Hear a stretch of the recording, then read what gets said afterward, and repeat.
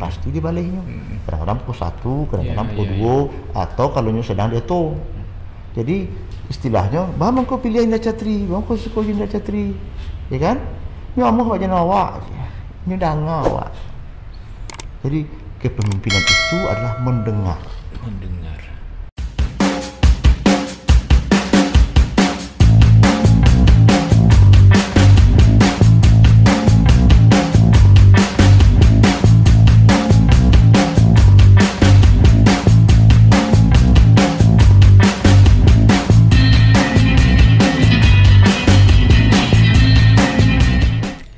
Bismillahirrahmanirrahim.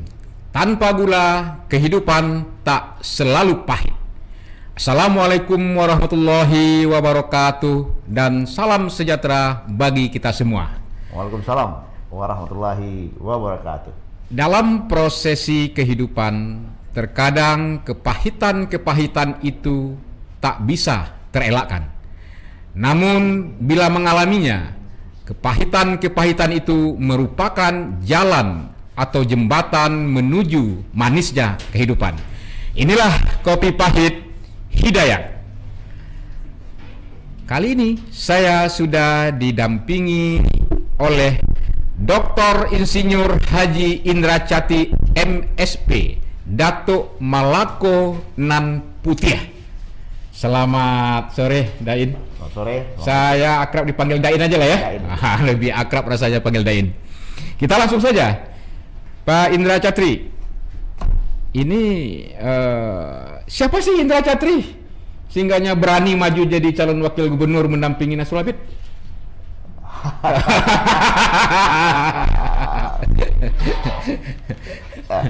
Iya, kita mulai dari pertanyaan seperti itu. Siapa sih Indra Catri sehingganya berani maju menjadi calon wakil gubernur mendampingi Nasrul Habib, begitu kan? Awalnya malah jadi gubernur. Awalnya jadi gubernur. Tapi karena pertimbangan teknis, pertimbangan kultural. Takut sama senior kali kan? Enggak juga ya. Oke. Jadi kita akhirnya berkompromi dan menyambut baik tawaran Pak Nasrul Habib untuk berkolaborasi. Ya. Begitu. Jadi kita boleh bercita-cita. Ya. Kita boleh untuk bermimpi dan juga berharap. Karena jabatan itu adalah jembatan untuk berdedikasi kepada masyarakat. Melalui jabatan politik ya. Berdoa saja tidak cukup, tapi berusaha juga cukup. Jadi ladang ibadah itu bermacam-macam. Bagi ulama mungkin dengan memberikan pengajian-pengajian, tausiah-tausiah. Bagi guru besar mungkin melalui kuliah-kuliah. Bagi guru mungkin mendidik anak muridnya. Tapi saya yang sudah kadung menjadi birokrat, menjadi pejabat sejak dari muda sampai sekarang, ya saya harus melalui jalur karir saya itu. Jadi untuk mengabdi, jalur saya adalah birokrasi. Itulah alasan saya untuk tetap maju, walaupun agak ketat ya sekarang. Ya, agak ketat ya. Agak ketat karena di area agama ada 4. Tapi tetap enjoy ya. Tetap enjoy.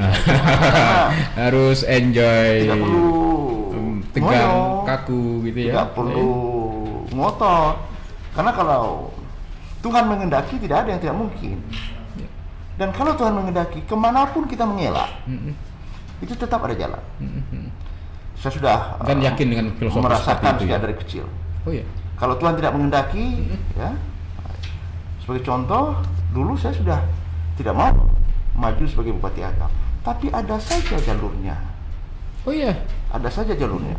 Dulu saya tidak mau untuk sekolah teknik, tapi ada saja jalurnya. Kenapa kita masuk ke situ? Nah, lalu setelah masuk ke sekolah teknik, balik lagi ke birokrasi.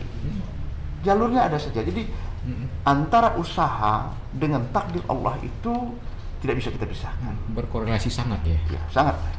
Usaha tetap, tapi jalur jalan kita itu tidak bisa kita tawar. Itu Allah yang menentukan. Dan dipercaya oleh masyarakat Agam menjadi bupati 2 periode. Ya. Yang sesungguhnya bukan cita-cita sejak awal. Tidak pernah saya bercita-cita jadi bupati. Awalnya saya bercita-cita jadi pelaut. Oh, jadi pelaut. Wow, melenceng sekali kan? Ya. Awalnya saya bercita-cita jadi pelaut. Waktu SMA pun saya tidak terlalu serius sekolah. Saya lebih banyak berolahraga, lebih banyak latihan fisik. berenang dan sebagainya. Nah, pelajaran eksakta saya tidak begitu tekuni. Tapi ketika ibu saya memberikan sounding, bahwa papa saya juga memberikan sounding, bahwa beliau mengatakan kalau kamu jadi pelaut nanti kamu anak yang paling besar, kamu berlayar terus. Kalau ibu rindu bagaimana? Lalu saya tanyakan, lalu ibu maunya saya sekolah di mana? Papa, saya maunya sekolah di mana? Beliau katakan, papa dulu tidak jadi masuk sekolah Soekarno. Papa mau sekolah Soekarno. Ibu saya juga begitu mengatakan, orang kampung kita belum ada yang masuk sekolah ITB. Ya. Ibu ingin. Masa-masa itu masuk ITB tidak gampang, tidak mudah. Dan salah satunya Indra Catri lolos. Nah, itu jadi takdir, harapan orang tua, doa orang tua itu tidak bisa dihindarkan. Kita cuma usaha. Dan setelah saya tamat di ITB, tiba-tiba saya punya ada sesuatu yang dahsyat yang menggerakkan saya untuk memulai karir di daerah. Apa syarat untuk mendapatkan ridho orang tua? Kalau memang dikatakan doa orang tua itu menjadi paling strategis dalam proses hidup ini. Wah, itu panjang ya. Saya memang mungkin karena anak paling tua, jadi saya anak sayang. Anak kesayangan ya? Iya. Sama dong sama saya, Pak. Anak sulung. Ya, jadi kami kalau papa saya berbicara saya dengarkan, kalau ibu saya bicara saya dengarkan. Hormat sama orang tua menjadi ridha orang tua itu dahsyat. Gitu. Jadi ketika orang tua saya mengatakan begini, ya saya ikut. Dan memang ibu yakin, papa yakin, saya sekolah sini, ya oke, saya masuk. Mungkin tidak ada. Kalau anak saya begitu, kalau anak saya seperti saya itu, mungkin saya pingsan. Tahu enggak? Ketika masuk ITB, saya hanya memilih satu jurusan saja. Padahal boleh 4 ketika itu kalau saya nggak salah. Bisa pilih ITB, bisa pilih UNAN, bisa pilih UI, bisa pilih yang lain. Tapi karena orang tua saya, ibu saya, papa saya mengatakan bahwa harapan beliau, doa beliau untuk ITB, saya hanya memilih satu saja. ITB lah. Ya. Jadi sekitar tahun berapa tuh Pak? Tahun 80. 80. Ya. Terus berproses kuliah. Nah, lalu saya mau masuk teknik sipil. Teknik sipil Ketika itu di jurusan Fakultas Teknik Sipil itu paling tinggi ratingnya. Iya. Tapi Allah menentukan lain. Saya ketika itu tabrakan, jatuh dari kendaraan dan tidak ikut ujian akhir untuk beberapa mata kuliah. Akhirnya saya di level 2 masuk di jurusan Pranologi. Saya ikut itu. Jadi kita hanya bercita-cita, tapi Allah itu yang menentukan, termasuk maju jadi gubernur. Awalnya setelah jadi Bupati Agam, saya mau istirahat. Oh, pernah terlintas pemikiran mau istirahat? Bukan terlintas. Memang ada rencananya, komitmen. Makanya ketika tahun 2018 saya selesaikan doktor saya. Iya, Dok. 2016 saya mulai ambil doktor di UPDN. 2018 saya selesai dan itu saya kembali ke kampus. Ngajar. Memang keluarga ibu saya guru, bapak saya gitu guru, ya. jadi saya mau sekolah. Titisan gurunya ada nih, dosennya. Jadi saya kembali ke kita rencananya. Lalu 2019 saya masih berketetapan dengan. Nah, awal 2020 saya mau didorong-dorong dan disampaikan oleh banyak kawan, banyak sahabat. Kemanapun kamu lari, memang panggilan hidupmu itu di sini. Jadi memang murni bukan hanya motivasi personal dan keluarga saja ya, Dain. Jadi kita juga harus mendengar saran dan masukan dari banyak kawan, dari banyak orang tua, dari banyak orang-orang yang bijak, dan itu tidak boleh melompat-lompat mengambil keputusan. Ya, termasuk untuk mengambil keputusan maju sebagai wakil gubernur. Karena ada 4. Ya, awalnya malah saya inginkan konvensi. 4 dari Agam. Tapi saya lihat bahwa semua punya challenge, semua punya peluang. Silahkan saja maju. Dan saya mengalah, saya masuk di jalur wakil gubernur. Wakil gubernur. Gitu.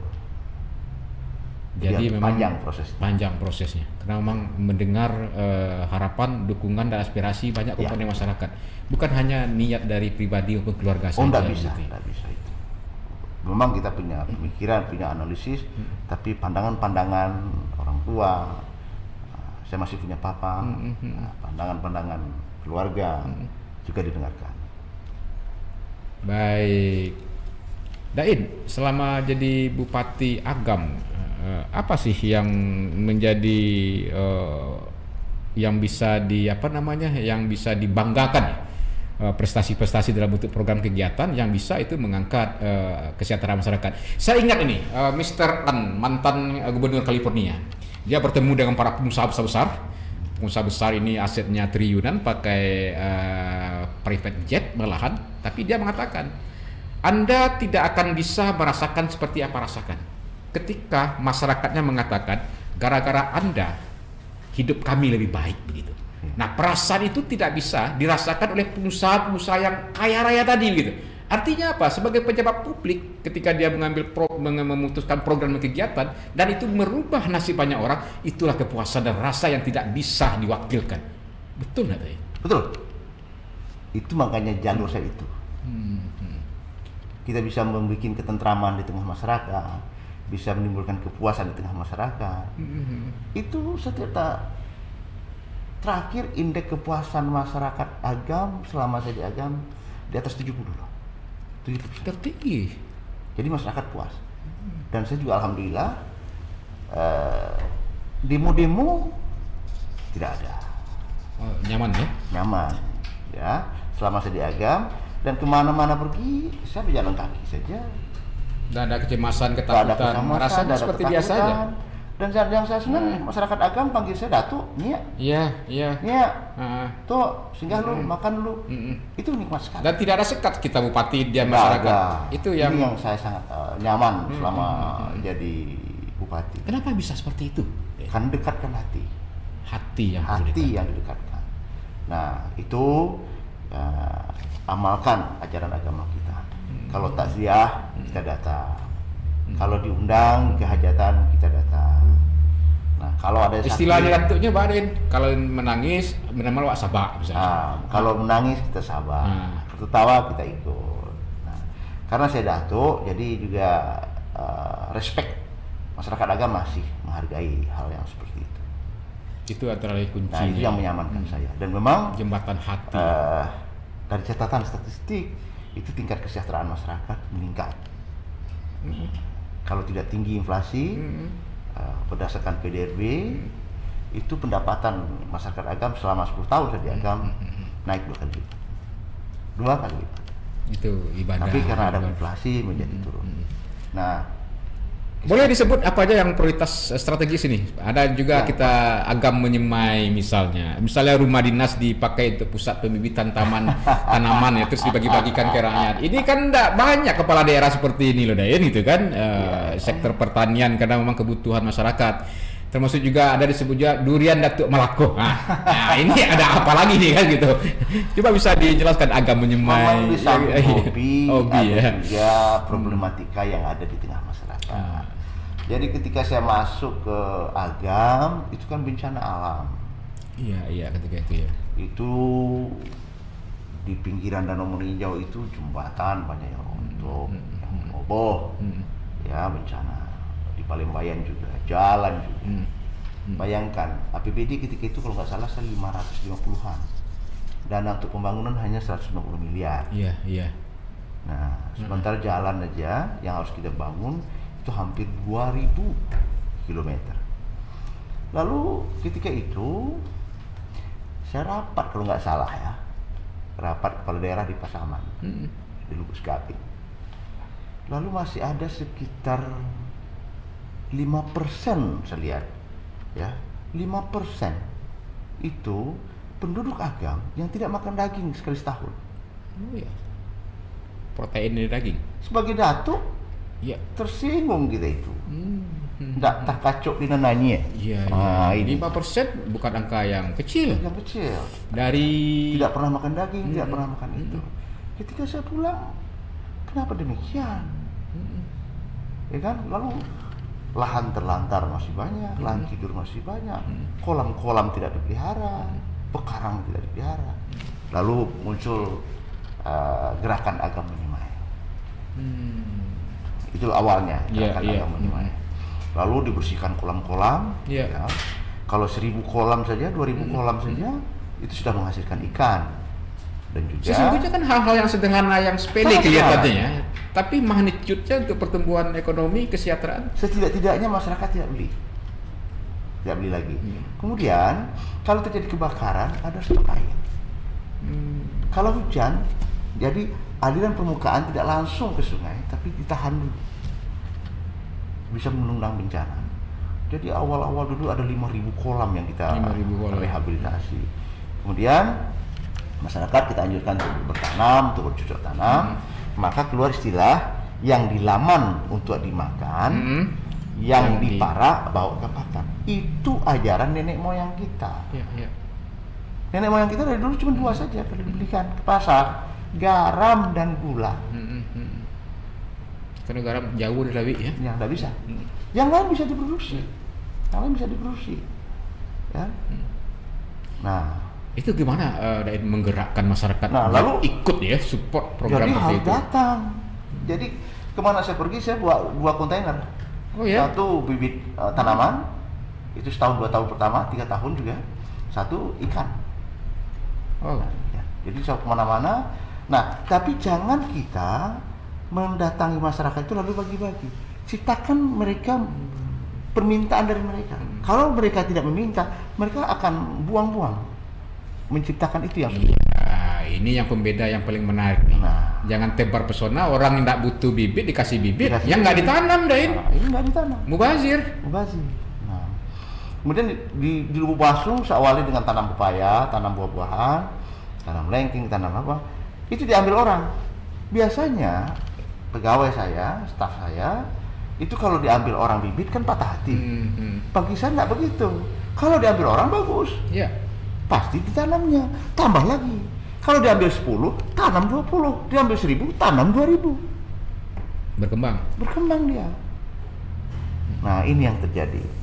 Berarti memang strateginya bagaimana pembangunan ini, developmentnya menggerakkan masyarakat secara bersama-sama. Konsepnya memang ada. Tidak bisa hanya pemerintah daerah sendiri. Nggak bisa. Tapi ini kan butuh seni komunikasi politik, komunikasi publik, pendekatan sosial. Dan itu diajarkan di S3 planologi. Enggak juga ya. Merancang bangun ini kan rekayasa sosial ini agak menarik ceritanya nih. Jadi bagaimana istilah mempertagir, mempertagir masyarakat untuk bertanam, mempertagir masyarakat untuk mengolah tanahnya, mempertagir masyarakat untuk mengolah kolamnya. Nah, kita pergi, makanya tidak boleh pakai mobil bagus, tidak boleh pakai sirine-sirine itu. Nah, kita datang di kampung, Kak, Ma, Bamang ko bantu aku, baku pebian terlantar kalau lama ko. Yo bibit ndak ada, masalah bibit gampang lah. Lihat muah. Kak, lihat muah teh merasihan tabe ko. Kamu besok kami antar bibit. Nah, kalau dia akan bangga kalau bupati yang mengantarkan. Psikologis sekali. Walaupun bukan psikolog. Iko bibit bupati iko ikan bupati iko durian bupati iko rambutan bupati. Jadi harus mau kerja keras ya, turun lalu ke rakyat. Nah, ya kan? Saya bikin kebun bibit di belakang rumah dinas. Di rumah dinas. Ya. Bibit semua bibit. Nah, saya ajarkan anggota saya untuk akar sambung, saya ajarkan bibit. Jangan bibit sembarangan gitu. Nah, kadang-kadang kan asal saja. Menanam juga diajarkan. Bagaimana cara menanam. Nah, saya bersyukur karena saya memang menanam dari kecil sudah terbiasa. Jadi datuk saya sebelum saya jadi datuk Malako, gelarnya datuk Tampang. Karena kemana pergi saya bawa bibit. Dulu bibit kayu manis, kulit manis. Kulit manis. Jadi sering saya membuat bibit itu. Dulu waktu saya di Padang pun kalau saya pulang kampung singgah di Cincin. Di mana tuh? Di tempat ini ya yang bibit ikan itu ya. Nah, saya bawakan masyarakat saya ikan. dibelikan, atau singgah di Lubuk Menturun, saya bawakan juga bibit. Nah, jadi sudah terbiasa. Kenapa pilihan Dain di sektor pertanian ini? Daya tahan karena pangan. masyarakat kita mempertanian, tidak bisa ya, tidak bisa ditinggalkan ya. Nah, jadi halaman mereka penuh dengan buah-buahan, halaman mereka penuh dengan sayur-sayuran, itu juga mengurangi belanja. Bagaimana mereka lebih banyak menabung supaya bisa sekolahkan anak, belanja kurang. Ada juga KTP petani sayur beli ya? Nggak ada boleh. Nah, saya pergi ke pasar, saya razia, kan bawa tas kresek. Ya. Kak, di Bali itu, nah kan itu bahasanya. Ya. Besok, iko bawa aku don salam Bali itu bawa aku anu Bali itu kok, pandan Bali itu. Pandan, ya. Bawa naik tanam. Nah harusnya wak menjual kak, wak harus menjual wak harus menjual nih, tidak membali dong. Langsung provokasi seperti itu. Ya. Dain lakukan itu. Oh, ya? Awal-awalnya. Nah itu. Nah. Akhirnya menjadi kebiasaan ya. Kebiasaan. Dan juga anak-anak juga diajar karena anak-anak perlu gizi. Nah kita tidak punya uang untuk memberikan makanan tambahan.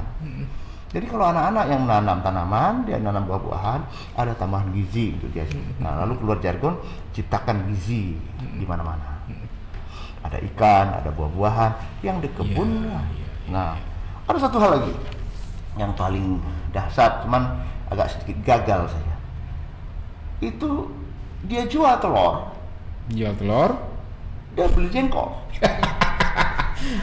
Ada yang belum tahu rasanya enak jengkol. Saya suka jengkol. Saya tidak melarang. Ya, saya tidak melarang makan jengkol. Ya, saya tidak melarang. Tapi jangan dijual semua gitu ya. Janganlah telur. Lalu tanam jengkol. Tanam jengkol. Nah, jengkol kita habis ketika kayu kurang. Ditebang, dibikin tuh papan mal ya, tuh kayu kan itu. Nah, banyak. Lalu kita tanam lagi. Jadi durian dan jengkol. Nah, itu cepat kita tanam. Nah sekarang sudah mulai berbuah. Walaupun ini belajar di mana nih konsep berkepemimpinan tipis jadi sekali antara posisi jabatan dengan masyarakat yang di bawah, memprovokasi masyarakat secara positif sehingga bisa melakukan tindakan-tindakan produktif seperti itu. Ya. Saya pikir itu yang dan akhirnya dapat respon. Jadi saya biasa bekerja bersadar-sadar memformulasikan masalah dulu. Ini apa masalahnya? Jadi tidak bisa laporan kecil-kecil dulu. Ya, laporan-laporan staf, cek ke lapangan, formulasikan apa masalahnya. Kenapa bisa terjadi begitu? Kenapa orang propensi itu konsumnya tinggi? Kenapa belanjanya kurang? Harusnya makin banyak pendapatan, makin banyak yang dia jual, tapi makin sedikit yang dia beli, sehingga dia ada saving. Ya. Ketika ada saving, dia bisa menyekolahkan anaknya, pendidikannya, gizinya, pangannya. Jadi ketika halamannya penuh dengan gizi, lalu anaknya sehat, lalu bisa menabung, bisa sekolahkan anak. Nah ini yang itu bagian dari konsep pembangunan agama madani juga ya. Agama madani. Nah itu agamanya main. Lalu lagi ada madani. Oh ada lagi. Beda lagi karakteristiknya. Beda lagi. Oke. Nah kalau agama madani, bagaimana kita menjadikan masjid sebagai sentra aktiviti. Nah, jadi jangan pantun-pantun saja, ya, jangan pantun-pantun saja. Harus di ABS-ABK. Nah, masyarakat ABS-ABK itu ada dua, society-nya atau pemerintahannya. Society-nya masyarakat yang tahu tentang petata petiti.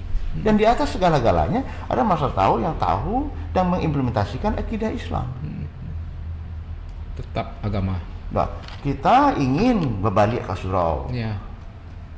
Berbalik ABS-BK itu. Tapi masyarakat ABS-BK adalah masyarakat yang hafiz Al-Quran. Tapi sorry deh, ini kan kita berlomba-lomba membangun secara fisik masjid, musola, tapi lupa kita memakmurkan masjid begitu. Nah, ada lagi termasuk juga dari unsur pemerintah, saya lihat. Ada dua gerakan di situ. Imarah masjid, taharah masjid.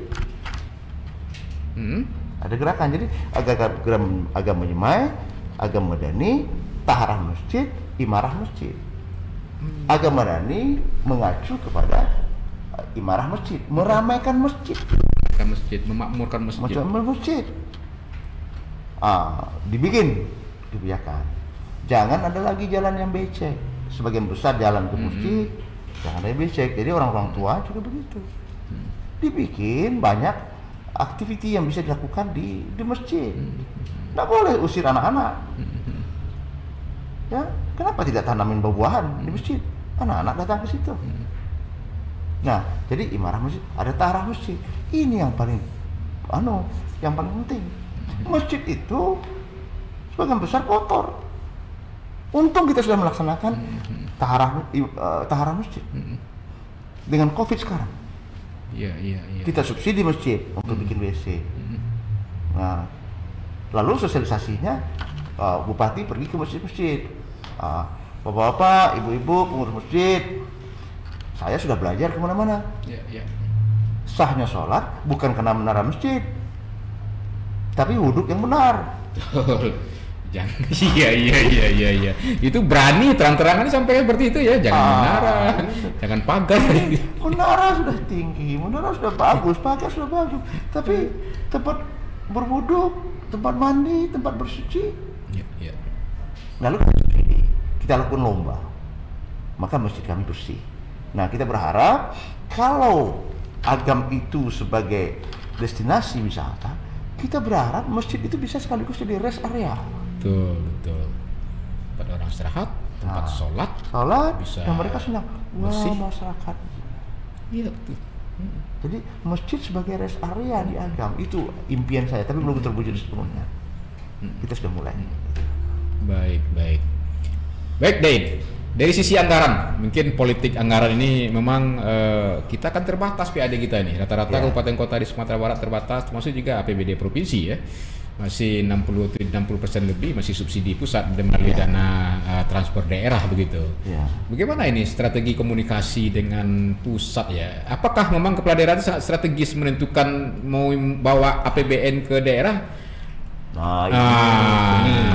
Ini tadi kan saya katakan ya, anggaran kita sekitar 600 atau berapa saya lupa ya, 600 dan 650, pembangunan 150 pakai silva lagi. Ya. Nah, ini bagaimana membangun, mempergi jalan buruk saja, mungkin jembatan yang runtuh saja udah. Nah, lalu untung saya punya banyak teman. Ayah saya kan dulu juga pernah kerja di PU, datang ke kantor ke PU provinsi, ya kan? Iya. Nah, lalu di pusat kan banyak teman-teman saya kerja di PU, datangi. Maksud juga para alumni ya? Ya, kemudian juga proposal, ini yang penting. Ya, proposal. Lalu DPR juga, ya. Karena ada persoalan lain. Nah, ketika saya baru masuk 2010, kepala PU saja takut masuk kantor. LSM lah. Iya, PES seperti itu yang ini ya. Tender mereka takut, SPK mereka takut. Bagaimana? Nah, lalu cari juga kepala PU yang tidak terlalu sensitif. Kalau sensitif kepala PU, dia nggak berani masuk kantor. Nah, lalu datang lagi. Setiap kerjaan diganggu. Saya datang ke PU provinsi. Saya datang ke teman-teman saya. Tolonglah dialokasikan pembangunan ini ke Agam. Gak berani ke Agam, banyak gangguan, banyak preman, banyak itu. Ya kan? Nah, nanti saya kawal. Ya, demokrasi gitu ya. Nah, saya kawal. Nah, kepala PU Bapak takut masuk kantor. Saya kepala PU-nya. Baru mulai masuk. Iya. Baru mulai masuk. BA1 ya. Baru masuk. Nah, lalu saya datangin. Nah, kalau dia mengganggu, janganlah diganggu, Dek. Janganlah diganggu, Mak. Jangan diganggu. Dan datangi orangnya? Ya, datang. Kalau dia orang? Nah, lalu datangi ete-ete itu. Dek, nanti kalau ada orang kerja, agih minum kawa. Ya kan? Agih minum kawa. Nah, tua, kami lagi rencana akan bagi minum kawa, tapi tidak ada pembeli gula. Nah, kasih duit. Iya. Begitu membina masyarakat. Nah, ya kan? Lalu mereka mau bikin jalan. Iya. Tunggu lalu pisang kami buah. Nah, Lahanu biko Kalau masak pisang kau baru dibeli jalan. Kan nggak bisa. Waktu kan habis. Tunggu pisang 3 bulan lagi dia mau kerja. Nah, lalu kontraktornya telepon saya. Pak Bupati, dapat halangan. Saya datang lagi situ. Kak, barang pisang mau balik gini ya, biar saya tambah capek. Kok kalau ndak gini wak bangun, ndak jadi jalan kok Kak. Gara-gara pisang wak kok. Jadi batu wak. Nah, dia orang ngagam dia pada tua sih kemudian. Dia batu wak. Ya terpasuk gini, ayolah. Tapi kalau kita yang datang, bayangkan, saya bikin jalan di Lawang berapa kilo tuh? 7 kilo. Nggak ada ganti rugi. Dari Canduang, Banu Ampu, Sungai Pua, sampai ke Kota Baru, nggak ada ganti rugi itu. Oh iya? Ya. Kalau ada masalah, saya datang aja. Berarti kekuatan komunikasi ternyata mangkus. Nah, jadi kalau Pak Bupati nanti, makan lu mahir lu. ET kan langsung mau badak. Pak Bupati kan Ibu. Bupati Ibu luar biasa. Iya. Jadi artinya Dain, ternyata kekuatan komunikasi, pendekatan hati itu justru menjadi sangat penting sih. Daripada pendekatan formal, undang ke kantor bupati atau ke gubernur, bla bla bla bla, tapi prakteknya belum tentu juga. Ya, belum tentu juga. Dan itu diterapkan ya, menjadi kebiasaan tradisi juga ya, kan? Penyelenggaraan di agama. Kalau mereka undang, kita datang. Khatam Quran, datang. Oh iya. Datang. Ini menjadi kekuatan. Makanya ada masalah saya selama di agama. Ya, tidak ada masalah. Cukup puas kah jadi Bupati Agam? Bahkan waktu saya mau maju kedua, hampir kotak kosong. Cuma ketika itu. Ya, pernah dengar. MK belum. Tidak ada yang berani melawan gitu kan? Itu. Kenapa? Karena Bupati Gantengnya lagi populer gitu, elektabilitasnya tinggi. Bukan masalah gitu. gantengnya. Lalu saya survei waktu waktu mau pemilihan yang kedua ya. Saya survei. Ketika itu elektabilitas saya 77%. Oh. 77%. Yeah. Kalau begini gawat juga. Lalu KPU bilang, ketua KPU panggil udah. Iku ndak do nama maju dah. Coba cari lawan. Ndak bisa kotak kosong. MK belum ada. Lalu saya ingin juga. Saya panggil surveyor. Kenapa saya bisa tinggi begitu? Nah, coba cek lagi lah. Apakah karena berhasil? Apakah karena gagah? Apakah karena pintar? Ternyata enggak. Setelah cek, apa coba? Kenapa nih? Namuh Pak Janawa. Nyomoh mendangawa. Namuh mendangawa. Ada SMS diundangnya di Boyo. Jadi HP saya itu 24 jam.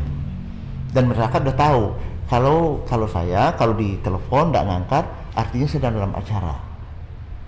Nah, masyarakat udah tahu kalau Pak Bupati, kalau ada tamu, kalau orang tua, orang isi ini enggak kamu menelepon. Kalau SMS sama lama-lama hari pasti dibaliknya. Kadang-kadang pukul 1, kadang-kadang pukul 2, atau kalau sedang dia tuh. Jadi istilahnya, bang kau pilih Indra Catri, bang kau suka Indra Catri, ya kan? Nyamuk Pak Janawa, nyudangawak. Jadi kepemimpinan itu adalah mendengar. Kalau kita mau mendengar, kita akomodatif dengan hati. Dengan hati, lalu apa yang mereka minta, kita carikan solusi. Kalau kita tidak bisa, katakan berjelas-jelas. Nah, itu dia. Ya. Kadang-kadang kan lah di bupati payah loh. Kalau PHP, ya, masyarakat akan dendam, masyarakat akan kesal. Jadi harus jujur ke rakyat. Jujur. Nah, kalaupun ada yang marah sama saya karena tender online ini. Iya. Sejak ada tender online, sejak saya melakukan. Nggak bisa main belakang lagi. Nah, banyak yang marah ke saya. Tender nggak bisa diatur. Kemudian penerima pegawai nggak bisa diatur. Nah, saya juga diuntungkan dengan tender online ini. Nggak repot ya? Nggak banyak yang datang ke saya lagi. Kalau nggak, berbaris. Nah, kita tidak bisa adil. Oke, Din, sisi lainnya, banyak pemikiran. Jadi bupati, jadi kepala daerah, wali kota, apalagi gubernur butuh biaya besar. Gerakan tim, operasional. Setelah terpilih, gaji nggak seberapa begitu, penghasilan nggak seberapa. Bahkan orang mengatakan kalau nggak tanda petik ini nggak akan bakalan balik gitu. Bagaimana Daen melihat pemikiran seperti itu gitu? Jadi anggaplah jabatan bupati itu sebagai ladang ibadah. Jangan ladang cari uang. Nah, awal-awal ketika saya maju jadi bupati tahun 2005, saya kan nggak ngerti politik. Ya profesional ya. Ya saya Kepala Bapeda, Dinas Pariwisata Kota Padang, kepala capil, asisten. birokrasi. Habis tabungan saya karena maju begadang hati di opok-opok istilahnya. Majulah aku dapet Aman lah boleh. aman kok pantas kok mana kok iko awak warna kok. Jadi iya. Saya pikir itu fenomena-fenomena yang real. Kita baru tahu ikan itu baru tahu air itu tidak bersabar ketika dia masuk penggorengan. Iya betul. Mulai jadi ketika maju uang habis, tabungan habis, orang nggak mau bantu. Nah, saya kan dulu ada usaha juga, kurus semua habis. Jadi saya berkesimpulan untuk jabatan tidak bisa dibeli-beli. Lalu saya setelah 2005 itu close. Bahkan saya sudah mengurus untuk kepindahan saya ke Jakarta. Oh iya. Nah, karena sudah 25 tahun, 20 tahun mengabdi di daerah ya. Setiap wali kota berganti tidak mau yang melepaskan saya. Pindah ke provinsi saja nggak boleh. Ya. Lama-lama kan juga jenuh juga ya. 2009 saya mau pindah di Jakarta, sudah saya urus. Datang masyarakat, tuh majulah tuh. Ini zaman, ini masanya Datuk, ini kesempatan Datuk. Datang kawan, dah, adik-adik, dah, majulah dah. Enggak banyak tukang olah. ini katanya ini sudah daerah sini ini penuh nih 100%. Daerah sini bagus. Nah, saya nggak mau lagi. Saya mau jadi profesional saja. Hal sama dengan kasus sekarang. Saya mau masuk ke kampus. Iya. Lalu ada datang. Kemanapun Datuk lari, nggak bisa. Tapi tarikannya cukup kuat. Kemanapun Datuk lari. Ya. Januari 2010, makin banyak yang datang ke rumah. Lalu saya mulai berpikir. Lalu saya jelaskan, saya nggak punya uang. Datang awal-awal itu 20 orang patungan. Oh ya? Kasih saya uang. Ini sosialisasi. Kami yang bikinkan baliho, kami yang bikin ini, kami yang sana. Jadi saya terpana juga. Ketika itu saya kepala beda di Padang. Ini urusan untuk pindah ini sudah lagi diurus juga. Melihat harapan begitu, ya kita coba. Tapi jangan tanggung-tanggung. Ya. Waktu itu Januari, lalu orang kalau nggak salah Agustus ketika itu pemilihan. Kalau memang sungguh-sungguh dan akan membantu saya akan laporkan ke wali kota, ke atasan saya mundur hari ini. Jadi bulan Februari tahun 2010 satu-satunya yang pertama mundur. Orang biasanya kan setelah terdaftar di KPU baru mundur. Saya enggak. Sebelum itu sudah mundur. Saya sungguh-sungguh. Akhirnya juga diikuti oleh Pak Musni Zakaria. Beliau juga di BU. Selatan ya, Selatan. Segan dia. Sekaligus kami mundur. Beliau maju di Sulawesi Selatan, saya maju di Agam. Nah, ini memang saya yakin kalau Tuhan itu berkehendak, tidak bisa kita lari dan jalannya dibukakan. Tentu dia melalui. Jadi kalau nggak salah saya cuman sponsor saya sekitar 200 orang tua saya dan teman-teman, patungan 10 juta seorang. Jadi kalau Tuhan berkehendak 200 orang aja. 200 orang saja patungan, partai dicarikan, ketika itu ya, suara dicarikan, Jadi kalau masyarakat sudah jatuh hati ke kita, itu bukti proses pengalaman hidup Dain saya. diminta menjadi pemimpin oleh masyarakat Ya. begitu. Bayangkan saya berlawanan dengan Udagus Padi Gaus. Ya, Dagus Padi maju tokoh dari hebat Baso. kita kan. Nah, saya maju dari Baso. Tuh. Bayangin, kadang-kadang kalau saya pergi kampanye, makan di rumah kakaknya Pak Yusuf Diaus. Begitu. Bingung juga nih kan. Suaranya satu gitu kan. Satu kakak. Menang adik. saya di kampung Pak Gus Padi Gaus. Karena Pak Gus Padi Gaus sudah sanggap kakak saya. Iya. Waktu 2005 Silaturahmi bagus lah ini. Ya, Oke, sampai sekarang. baik. Nah. Sebagai menjabat dua periode ini, apa godaan yang paling berat ini menjalankan amanah ini? Kan juga dengar sama orang kan, ya promosi jabatan, menjadi jabatan bayar segala macamnya. Nah, ini yang tidak yang paling berat itu berlaku adil. Berlaku adil ya. Ya. Karena saya tidak menghabiskan uang besar-besaran untuk maju, saya juga tidak mencari uang besar-besaran. Sehingga nilai-nilai objektif itu lebih ke depan. Saya usahakan saya tidak ikut-ikut masalah tender. Bahkan selama saya jadi bupati, tanya deh, tidak satu pun kontraktor yang pergi bertamu di rumah saya. Adik saya, kakak saya, Sulit ya berlaku adil. tidak bisa. Bahkan adik bapak saya suruh berhenti jadi kontraktor. Ponakan bapak saya suruh berhenti jadi kontraktor. Nah, awal-awal dulu karena tender-tender itu. Nah, setelah tender elektronik saya agak aman. Jadi berlaku adil itu yang paling berat, termasuk menempatkan staf. Iya. Ada emosi di sana ya. Nah, ada emosi. Nah, tidak KKN. Iya.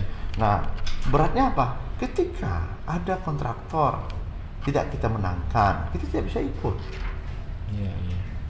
Lalu dia saudara kita, ponakan bapak kita, itu di kampung sudah heboh. Iya, berat juga ya. Pegawai juga begitu. Kita kan tidak mungkin menyampaikan kepada masyarakat apa sebetulnya keunggulan dan kelemahan pegawai ini. Kenapa tidak dipromosikan? Kenapa tidak dipakai? Kan tidak mungkin kita sampaikan apa yang sesungguhnya. Kadang-kadang ada rasionalisasi jabatan, ada pengurangi jabatan. Lalu ada yang terpaksa dipinggirkan, ada yang terpaksa diganti. Intinya kan adalah tentu reward and punishment menjadi prioritas. Sehingga ada gairah. Ada juga orang di cerita-cerita di sebelah kan, ngapain harus berprestasi menjadi eselon 3, yang menjadi eselon 2 itu udah ada orangnya. Nah, kadang-kadang memang dia mungkin dari segi adat di tokoh masyarakat dia pintar, dia terpandang, tapi bekerja belum tentu bisa. Karena bekerja di pemerintahan tidak sama dengan bekerja di masyarakat. Intinya adalah penempatan orang itu sesuai dengan kompetensinya dan Ya, keahliannya. itu Itu yang prinsipnya, Den. Nah, tidak hanya persoalan kedekatan atau komunitas kita ini, itu nomor sekian lah ya, dalam prakteknya. Kenapa tidak pakai orang agam? Kenapa tidak pakai itu? Nah, kita kan Indonesia. Kita ingin membangun negeri. Ya. Dengan pegawai negeri, tidak bisa kita. Itu salah satu yang sulit, Den, ya. Itu yang sangat sulit. Itu Mana jauh lebih sulit ketika mencari istri kita. Ini kan telat nih. Masa Bupati Ganteng pasti banyak nih pengagumnya kan. Kok telat kan itu Pak Uni gitu kan. Iya, umur 30 baru kawin. Wah, iya kan. Gimana ceritanya nih? Sibuk bekerja. Karena Sibuk bekerja. Nah, kalau kita bekerja di Jakarta, saya pernah kerja di Jakarta, karena kesibukan kita lupa. Nah, ketika di sini kita terpakai, kita banyak kerjaan, juga lupa. Terakhir sering pulang malam karena kerja. Ibu saya marah. Nak, ini kamu. Iya. Ini sampai kapan ibu bangun malam gara-gara kamu? Sejak kecil. Bangun malam gara-gara kamu. Kawinlah kamu, udah malu itu. Karena umur 30, kalau kita umur 30 belum kawin, tinggal di kampung, kan bising telinga ibu kita. Kenapa dicarinya buyong lapuk tapi kok kan? Kan malu. Nah, akhirnya jodoh itu tidak bisa pula dicari-cari.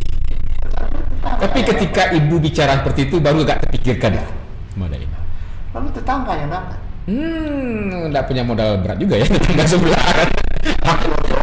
Cari jauh-jauh kemana-mana, sudah di Jawa, sudah di Medan, sudah kemana, cari jodoh, sudah kemana. Nggak dapat. Di Kubangan juga akhirnya. Tetangga yang dapat. Nah itu baru tingkat 2 istri saya kuliah. Ibu saya suka, bapak saya suka. Biasanya kalau ibu saya tidak suka, saya suka. Oh ya? Kalau saya suka, papa saya nggak suka. Kalau papa saya suka, ibu saya nggak suka. Kalau yang kasus satu ini suka atau tidak? Bapak saya suka, saya juga suka. Oh, klub lah orang. Cuma dia masih sekolah, baru tingkat 2. Jadi kata ibu saya, nambah kuliah lagi, nambah lagi umurnya. Kata ibu saya, sudah, kalau kamu suka, ibu juga suka, papa juga suka, adik-adik juga suka, udah kawin saja sama ini. Gak boleh pacaran-pacaran, malu kita udah tua. Tapi syaratnya kamu sekolahkan. Jadi istri saya yang sekolahkan. Sampai selesai ya. S1-nya di pertanian Unahan. Luar biasa deh. Jadi kata orang tua saya, jangan dihentikan sekolah istrimu, karena bagi orang tua anaknya tamat sekolah itu kebanggaan. Iya.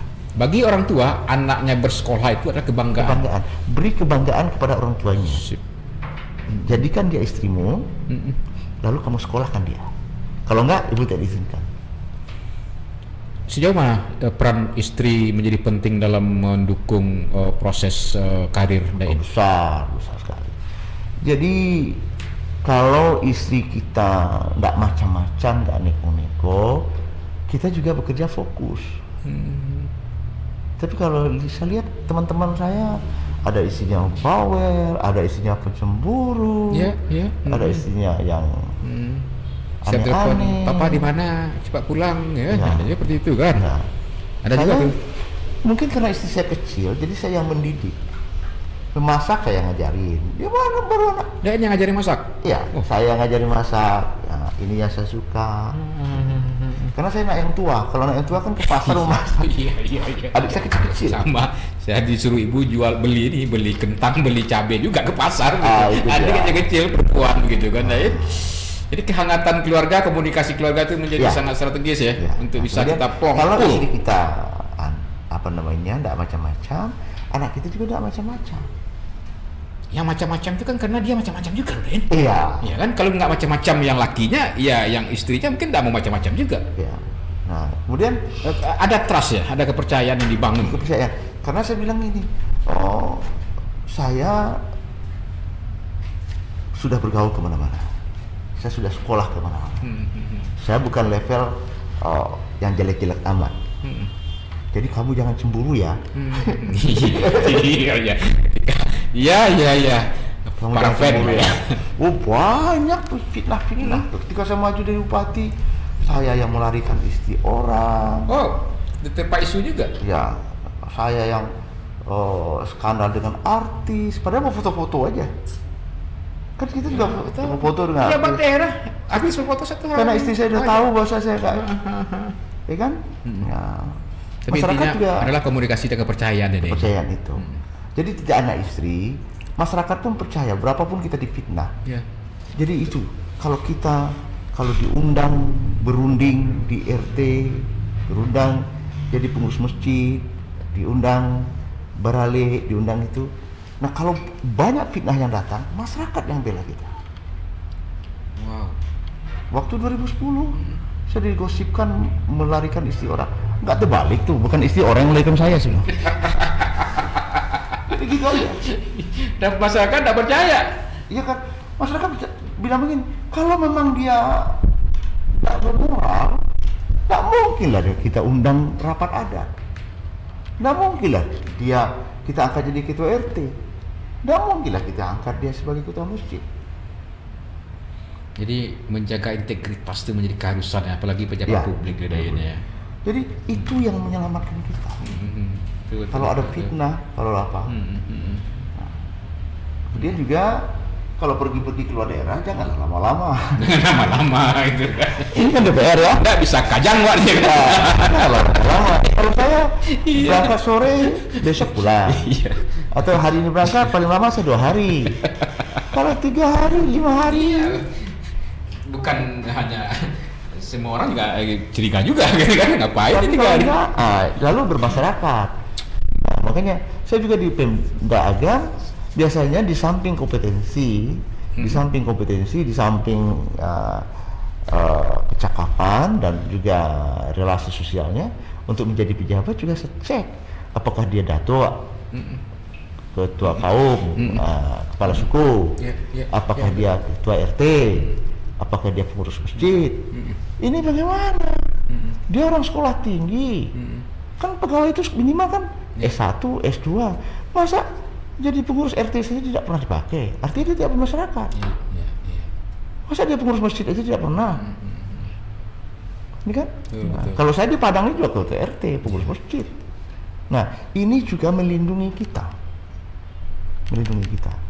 Karena bisa bersosialisasi ke masyarakat, sehingga lebih utuh masyarakat. Nah, lalu kita. Usahakan ketua di mana-mana. Oh begitu ya? Harus ketua gitu ya? Nah, kalau kita ketua, kalau sekretaris jangan ya? Kita terlindungi, sekretaris boleh. Jadi pengurus lah, pengurus inti.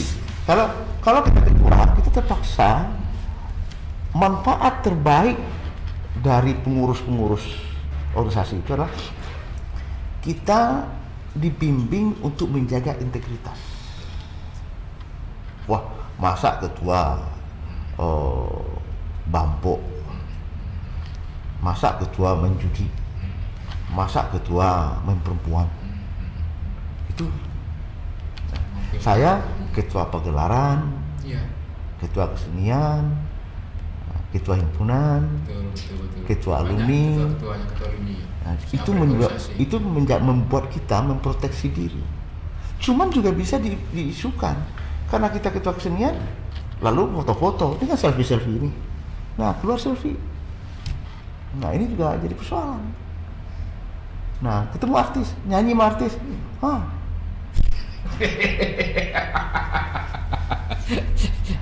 Nah, ini jadi apa salahnya gitu kan? Asal nggak pelukan aja sama artis kan ada problem. Tapi juga jaga marahnya itu kan. Istri saya sudah mengerti itu. Jadi keluarga saya tidak masalah. Kemudian anak juga. Nah, anak saya alhamdulillah sekolahnya sekolah agama semua. Di Baitur Rahmah, yang perempuan di Diniyah Putri. Gitu. Baik. Lalu ini di Arisalah. Jadi ketika anak-anak kita di sekolah-sekolah agama, jadi jangan hanya menyuruh-nyuruh aja, jangan pidato-pidato saja. Anak sekolah di agama, rakyat kita, masyarakat kita disuruh sekolah agama, anak kita enggak. Kalau saya enggak. Saya juga ikut. Memang diimplementasikan langsung ya. Nah, kalau anak kita sekolah agama, kita enggak nyinyir lagi. Kita enggak nyinyir lagi, enggak pakai marah lagi. Bahkan kita yang dikawalnya. Pak, waktu sholat datang, bisa kita begitu yang kan, jangan lelet gitu ya. Pak, imam dong, Pak ini dong. Nah, jadi keluarga ini penting. Istri yang tidak aneh-aneh, anak yang tidak aneh-aneh, ini juga membuat kita tentram. Jadi rumahku adalah surgaku. Kita pulang itu betul-betul nyaman gitu di rumah. Nah, kalau kita udah nyaman di rumah, maka bekerja pun nyaman. Nah, kita anggap tempat kita bekerja itu sebagai ladang ibadah. Jadi enjoy. Iya. Kalau kehidupan, ya saya begini-begini aja dari dulu kan. Saya kan tahu kan. Happy aja kelihatannya. Ingat nggak waktu di Padang? Iya. Tiap siang itu ada nasi bungkus di meja saya, Mbak. Iya, Mbak. Iya. Itu gunanya kalau ada yang belum makan, makan. Terus juga pegelaran landai di kantor kan, pegelaran landai di kantor atau apa. Saya selalu sedia nasi bungkus tiap hari di meja saya 2 atau 3 bungkus. Kalau ada pegawai saya, ada kawan-kawan yang belum makan. Sip. Nah, kita bicara tentang sumber unggul. Apa maksudnya nih, Dain? Unggul di mana nanti nih? Unggul, apakah unggul dengan Bengkulu misalnya? Sekarang kita kan sudah terjauh, agak terbelakang kita dalam konteks pertumbuhan ekonomi dengan Jambi informasinya. Kalau Riau sudah maju, apalagi Sumut, Lampung, Sumsel begitu kan. Aduh, seperti itulah. Kita ingin maju loh, kita ingin unggul. Jadi ini pakai bahasa rakyat aja deh. Pakai bahasa dokter. Boleh gado. Kalau pakai bahasa dokter, kita bicara pertumbuhan ekonomi adalah fungsi dari investasi, government itu, ekspor impor, dan juga dan seterusnya. ada teori-teori. Ya. Tapi sebetulnya nggak bisa disederhanakan. Pertama, unggul dari kesediaan pangan dulu lah. Pangan unggul. Ya. Lendak do masyarakat aku ndak makan. Nah, lalu apa yang wak tanam tu yang unggul. Apa yang produksi itu wak unggul. Agam sudah buktikan. Beras agam unggul. Ikan agam unggul. Nah, jadi kita harus melakukan transformasi, tidak hanya sekedar berproduksi. Terpenuhi kebutuhan kita, lalu kita bisa ekspor. Orientasi ekspor. Ya, agam kan begitu. Kami surplus, padi ampe-angke, kaget kusui kami surplus, buah-buahan kami surplus, ikan kami surplus. Kalau tidak ada surplus, tidak ada ekspor, tidak ada pertumbuhan. Nah, ini bahasa dokter ya. Ya. Iya, betul. Ini kan ya. Kalau unggul, nilai tambahnya tinggi. Ya. Nilai tambahnya tinggi. Pangan dulu, pertanian dulu. Apalagi dalam kondisi COVID sekarang. Ya, sekarang yang bergerak di sektor pertanian, masyarakat agam itu 35%. 35%. Ada kemungkinan kalau COVID ini setahun, nanti akan bergerak lagi ke tahun 2010, akan 60%. Jadi pertanian sebagai kartu penyelamat. Di deraan COVID. Bisa-bisa diibaratkan suatu saat pertanian ini sebagai single parent. Oh ya, ketika sektor lain rontok. Jangankan pandemi COVID, pertumbuhan ekonomi agam selama 8 tahun terakhir itu di atas provinsi. Tiket pesawat naik saja langsung kami turun.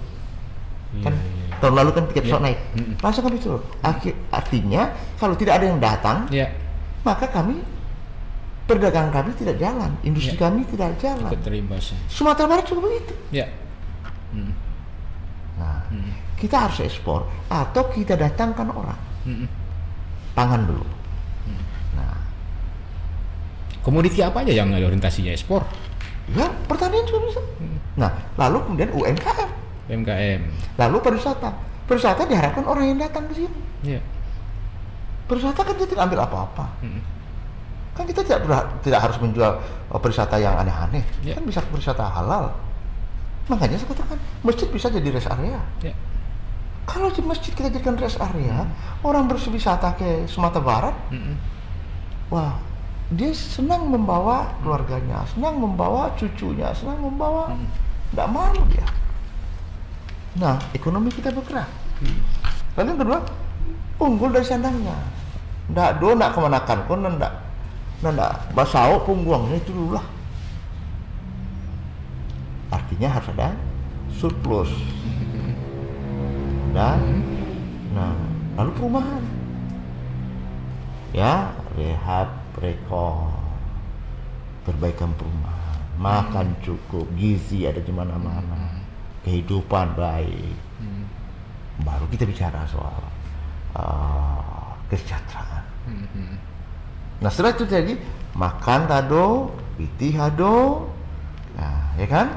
Pakaian ada, sekolah, pendidikan. Semua apa yang kita lakukan sebelumnya, orang Minang ini, orang Sumatera Barat, dia dedikasikan untuk menyekolahkan anak. Makanya harus unggul pendidikan kita. Kita punya tradisi sejarah, catatan sejarah yang kuat itu. Maka saya punya impian menjadikan Sumatera Barat sebagai destinasi pendidikan. Kita punya OMP, kita punya UNAM, kita punya apa? Kenapa kita tidak berusaha mensinergikan, mengkolaborasikan? Tapi ini kan undang-undang tentang Pemda kan juga membagi kewenangan. Pemprov itu kewenangannya pendidikan menengah, kabupaten kota Dikdas. Ya itu kan Dikti pusat. Tapi kan itu bisa kita endorse. Kalau ada komitmen yang kuat, keinginan yang kuat ya. Kenapa tidak? Gubernur itu kan leaders, kekuatan kepemimpinannya itu. Kita dukung bagaimana supaya menjadi destinasi pendidikan yang terkemuka, yang bermartabat. Pendidikan integrasi seperti apa yang mungkin yang ada dalam pemikiran Daid? Bisa teknologi kita bisa bikin juga. Kita terlambat sebetulnya. Kita lebih banyak humaniora, tapi teknologi enggak. Ya kan? 4.0 nunggu ya? 4.0. Nah, apalagi dengan produksi COVID sekarang, kita harus mencari segmen apa, jurusan apa yang paling yang paling kompetitif. Kita tawarkan. Apakah mau orang sekolah ke Sumatera Barat? Siapa bilang enggak? Dulu SMA saja orang Riau sekolah ke Bukit Tinggi, ke Padang. Sekarang perguruan tinggi. Karena sektor pendidikan, siapa bilang tidak menjanjikan keuangan? Siapa bilang tidak bisa menjadi pendorong kegiatan ekonomi? Sektor ikutannya luar biasa. Luar biasa. Nah, itu dia. Ya. Termasuk mungkin kurikulum mungkin kita diupdate berkearifan lokal mungkin totality kita lakukan. Jadi bersurau. Pendidikan itu sistem. Dia tidak hanya bisa dilihat dari segi proses belajar mengajar, laboratorium, lalu dosennya, lalu sarana prasarana pendidikan, tenaga pendidikan, kurikulum, lingkungannya juga kita dukung ke arah itu. Kita ciptakan suasana yang bagus untuk itu. Ketertiban kita jamin, akhlakul karimah kita jamin. Kalau itu yang terjadi maka orang senang sekolah. Kalau seperti itu kondisinya bisa masuk surga wakil gubernur ya. Makanya masyarakat yang madani itu. Nah, masyarakat yang madani itu. Terus? Nah, lalu unggul apa lagi? Ya, kesehatan. Ya. Nah, jangan ada stunting lah. Kita masih ada di beberapa kabupaten masih ada stunting. Nah, ini yang sumber itu gizi fokus itu. Ya. Itu yang sumber gizi di mana-mana. Berbasis masyarakat. Jangan berpikir subsidi. Dikasih susu, dikasih vitamin. Mereka bisa produksi sendiri. Tanah kita luas, apa kita luas. Nah, lalu ke subsidi ini kan nanti menimbulkan fitnah, ada korupsi di situ. Ini konsep partisipatif. Ya, partisipatif. Saya selama di Agam selalu mengedepankan konsep partisipatif. Peran serta masyarakat. Pemerintah hanya stimulator, pemerintah hanya pembimbing, fasilitator. Tapi yang pelakunya, yang subjek sekali objek adalah masyarakat. Karena mereka yang punya anak, mereka yang punya ponakan. Ya, kita kan punya rumah sektor kesehatan, kita punya fokus kepada rumah sakit umum daerah, beberapa rumah sakit umum daerah ada ini. Hari ini tentu mungkin perlu modernisasi layanan kesehatan segala macam. Apakah itu Agam sudah mulai dan itu kita lanjutkan. Kalau saya masuk ke Sumatera Barat kita lanjutkan. Saya bisa saja bertindak seperti Kubilai Khan. Bikin rumah sakit besar di Agam. Ya kan? Tapi tidak saya lakukan. Saya bikin puskesmas hampir sekarang 20 puskesmas sudah baru. Dicicil dari tahun ke tahun. Berarti konkret. Nah, kalau 20 itu saya satukan aja, saya bikin rumah sakit besar, itu saya seperti bikin Taj Mahalnya. Iya. Tapi tidak begitu. Kita harus distribusikan. Nah, jadi sekarang per kecamatan ada yang 2, ada yang 1. Dan itu ditanyakan ke masyarakat, rumah sakit seperti apa yang kita mau, puskesmas seperti apa yang kita mau. Terus infrastruktur juga? Nah ini linkage dan infrastruktur dasar. Ya. Sekarang kita mau pariwisata, tapi jalan arteri primer kita, arteri sekunder kita belum. Ke Bukit Tinggi saja. Iya. 4 jam. Orang mau bersenang-senang. Katanya berwisata, surga. Tapi sebelum sampai ke surga, masuk neraka dulu. Nggak sampai. Ya kan? Kemacetan. Nah, kita coba contoh untuk ke Meninjau saja. Kalau ampe-ampe yang kita andalkan. Iya. Nah, dari Bukit Tinggi ke Meninjau saja berapa kilo yang bisa dibangun oleh provinsi? Kita harus cari jalan lain dalam 10 tahun terakhir ini. Nah, ini mana yang kita tidak sanggup, kita coba konversi menjadi jalan nasional. Mana yang kita sanggup, jadi bebannya kita kurangi. Inilah gunanya kita punya linkage, kita punya koneksi, kita punya sahabat di tingkat nasional. Sebagai contoh, Agam, ya, yang lain juga banyak itu, ya. Kalau tempat lain kan jalan dari Matur ke Padang, ke Palembayan dan Padang Kota Gadang. Nah, saya tadinya tidak sanggup dengan dana APBD, kan dalam kabupaten. saya konversi menjadi jalan provinsi. Ada juga jalan dari Canduang saya katakan tadi ke Kota Baru, saya konversi jadi jalan provinsi. Pak Gubernur sudah setuju, tapi tiba-tiba SMA ditarik ke provinsi kehilangan sumber untuk membiayai itu. Saya ambil lagi. Nah, jalan Padang Kota Gadang, Palembayan, Matur, itu kita minta melalui jalur khusus. Nah, kalau itu terjadi, sayangnya baru separuh. Kalau itu terjadi, maka tekanan terhadap Teluk Ampek-Ampek akan kurang. Nah, kita berharap Teluk Ampek-Ampek, Padang meninjau ke Mongopo, itu bisa dikonversi jalan nasional. Nah, itu bisa kalau itu selesai. Berapa pertemuan. Kalau kita ya? undang orang datang, cepat. Jadi linkage. Ya. Kalau, nah kita maunya coba contoh untuk link dari Bukit Tinggi ke Batu Sangkar saja, 6 kilo saja dari Baso ke perbatasan Batu Sangkar. Nah itu harus cari jalannya. Terus linkage. Misalnya dari Rao ke Riau, itu ada jalur. Padang Solo yang tinjau laut itu sering terjadi kecelakaan, high ekonomi. Kongesti. Itu harus kita carikan jalannya. Ya kan? Lalu Darmasraya. Darmasraya ke Selatan. Jadi harus ada linkage. Nah, saya sekolah saya itu. Interregional linkage. Cocok itu barang, sobok itu barangnya kan. Interregional linkage. Lalu kebutuhan dasar jalan usaha tani. Banyak kadang-kadang itu harga jual hasil produksi pertanian tidak kompetitif karena transport cost. Jadi hasil produksi pertanian itu musuhnya adalah transport cost dan transit cost. Jadi memperpendek mata rantai. Jadi memotong transit cost dan memotong transport cost. Nah, orang mengatakan economic biaya tinggi, high cost economic. Nah, ini yang kita. Kok gak tinggi sekolah. Kok nak dibaca itu nak nampak lo masuk. Dalam konteks pertumbuhan ekonomi memang teorinya mengatakan pemerintah, pelaku usaha dan perbankan dia harus bersinergis gitu. Nah, barusan tadi kita menarik nih isu dari Kadin begitu kan. Mereka yang memiliki wadah pelaku usaha ini yang belum sinergisitas itu. Konsep sinergisitas. Jadi good punya governance jaringan itu global, punya jaringan internasional. Ada keterkaitan dengan dunia usaha dan antar dirinya sendiri. Yang pemerintahan itu sendiri. Dudukkan dulu sinergisitas, koordinasi, kerjasama. Ya, pemerintah kabupaten dengan pemerintah provinsi. Bagaimana kita berkolaborasi? Bagaimana kita saling mendukung? Bagaimana kita bersinergi?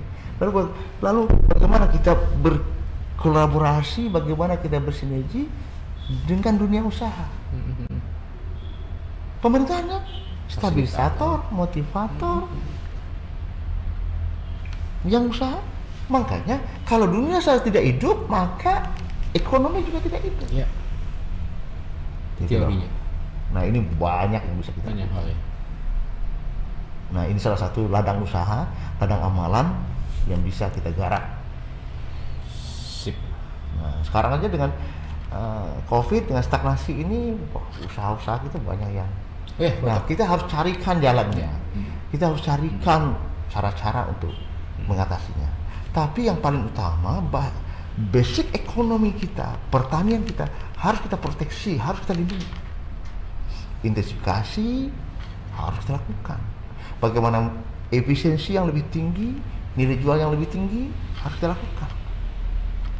Ya, diversifikasi juga harus kita lakukan di sektor pertanian untuk mendorong kembali. Mudah-mudahan COVID bisa cepat lalu, maka ekonomi kita bisa hidup. Siap. Luar biasa. Ini sesi terakhir nih, Dek. Ya. Saya ingin tahu pandangan pendapat Dain nih persoalan keberagaman ya di Sumatera Barat. Kita cenderung didera nih oleh sebagian pemikiran, kita intoleran segala macamnya. Pertanyaan pertama. Pertanyaan kedua adalah mimpi seorang Dr. Indra Chatri Kuopadis Sumatera Barat 5 tahun ke depan gitu. Iya. Please. Jadi Makanya sumber unggul untuk semua. Semua.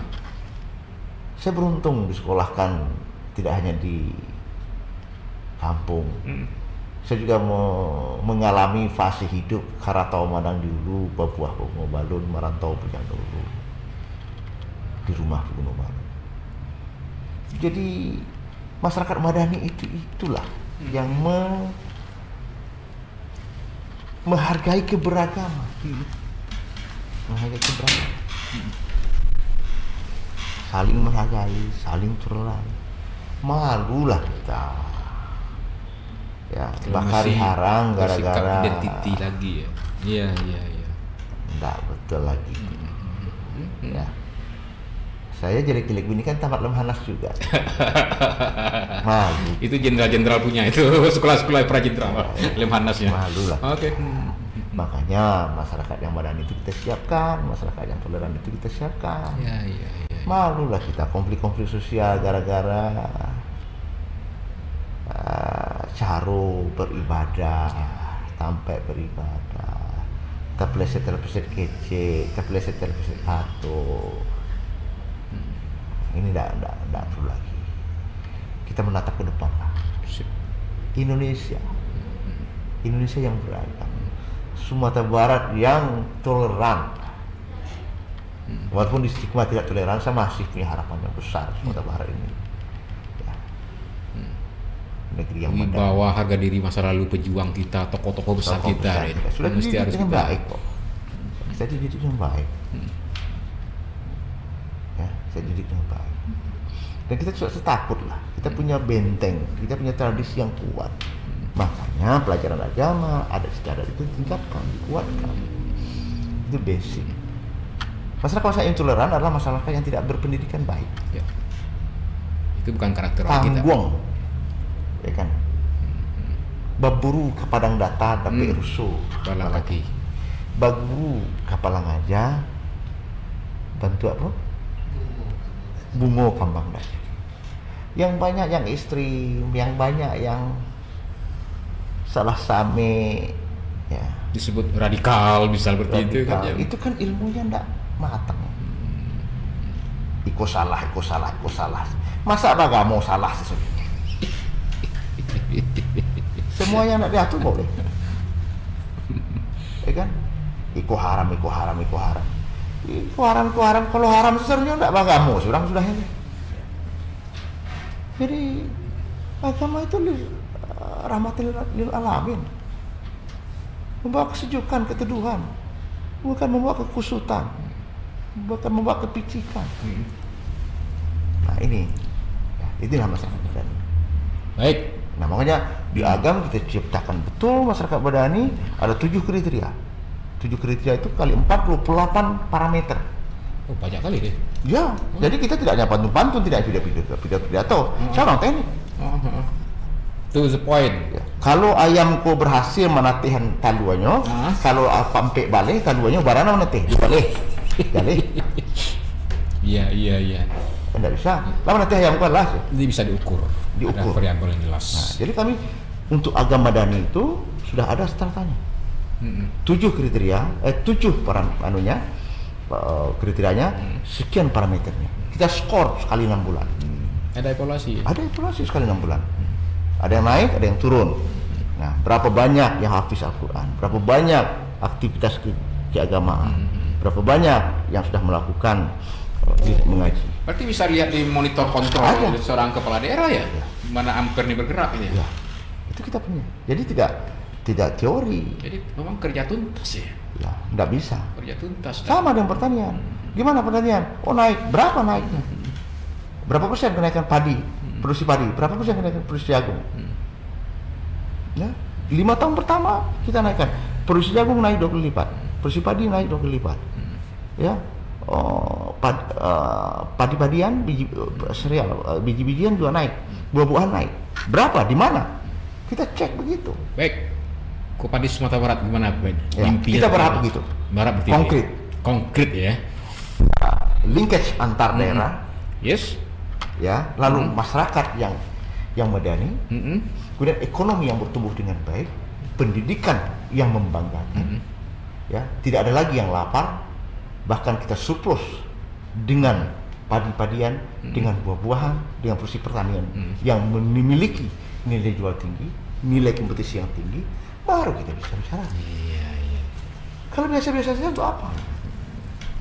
Coba, ya. Thailand itu mulai dengan maco sapi, ikan siam. Lalu mereka bikin pepaya yang unggul, ayam yang unggul. Dia kan ahli teknologi dia. Ya kan? Kenapa kita lakukan itu? Sekarang apa saja dari siam itu kan Thailand. Bangkok. Kenapa kita tidak lakukan itu? Pertanian yang pendidikan. Jelas indikator variabelnya. Objek wisata yang unggul. Di mana segmen kita? Unggul kita di mana? Kalau wisata halal ya halal. Maksud juga agenda-agenda kalender seni budaya yang rutin ya, yang bisa ekspos untuk ke luar negeri. Kita Hidupin. Kita punya kok seniman-seniman yang ini. Apa yang kita unggulkan dari sejujur? Apa yang kita unggulkan dari agam? Apa yang kita unggulkan? Pasaman, tanah datar, pesel. Enggak saling membunuh. One pileg one product boleh mungkin? Jelas. Antara lainnya. Tidak bisa. Sedang Bari, saya tidak bisa. Bari Solo beda. Iya. Bari Solo tidak bisa dibawa Padang. Siap. Kan ada Indonesia. Tidak bisa dihadiahkan Bari Solo untuk Padang. Tidak bisa. Unsur haranya berbeda. Tempat temuannya berbeda. Makanya ada Padang, lain Padang, lain Bedalang. Lain Lubu, lain Ikan. Tidak bisa sama. Kalau bisa sama, maksudnya tidak perlu arsitek. Iya betul. Sip. Baik, Dain, sudah hampir 1 jam kita ngobrol. Saya minta sebagai mak datuk nih, sampaikan kepada anak keponakan bagaimana menyikapi COVID-19 nih. Apakah COVID-19 ini ancaman yang serius atau tidak atau gimana? Tapi setidaknya Dain, teman-teman sahabat saya sudah ada yang berguguran wafat. Karena memang penyebabnya adalah yang pertama itu mengabaikan dari awal, masuk virus, baru cek ternyata positif dan penanganan telat. 24 jam meninggal. Jangan begadang-gadang hati. Nah, silakan Mak Datuk sampaikan pesan tuh. Jangan begadang-gadang hati, jangan skeptis. Itu nyata. Nah, makanya tagak kampung, tagak nagari. Kalau paku kacang belimbiang tampurang lenjang-lenjangkan bawa berjalan ke salakso. Anak dipangku kamanakan dibimbing, orang kampung dipatenggangkan karena nagari dan binaso. Siap, Mak Datuk. Itu harusnya jawab, bukan sekedar jargon. Anda selamatkan saya selamatkan Anda. Selamatkan anak kamanakan, Wak. Ingitkan anak kamanakan, Wak. Ingitkan kaum Wak. Maka Allah menyelamatkan nagari. Jangan awak membawa satu merambah. New normal, bukan old normal. Ketika dibuka keran PSBB, maka baralik banyak. Bulan Agustus saja, ambo pribadi mendapatkan undangan baralik 80 habis. 80 baralik. Pakai organ tunggal. Ambo saya pribadi, saya tahan diri saya tidak pergi, walaupun anak keponakan beran, walaupun sanak saudara beran, karena berbahaya.